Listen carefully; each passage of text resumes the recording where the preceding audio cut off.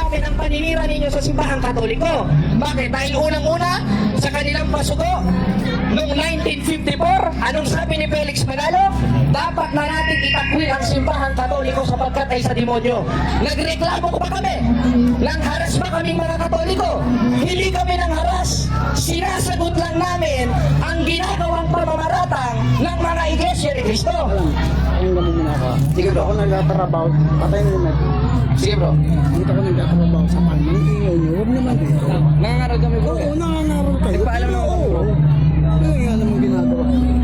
Ang ganun tayo. Bro, utos ang... Teka lang makinig ka ha. Huwag naman ganun. Nandara naman ang ginagawa niyo. Oh bro, utos sa amin ng pare yung bro. Mga CFD kasi kami bro. Utos ang kami bro. Pero huwag kayong maninira na maninira. Bro, hindi kami naninira bro. Sinasagot lang namin yung kanina. Private property to. Private property. Kala ko public bro.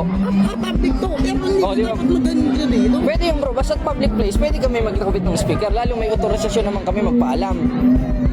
Naka-video kami bro. Unang-una, di na naman kami naninira bro. Meron naman tayo sa batas na sinasabi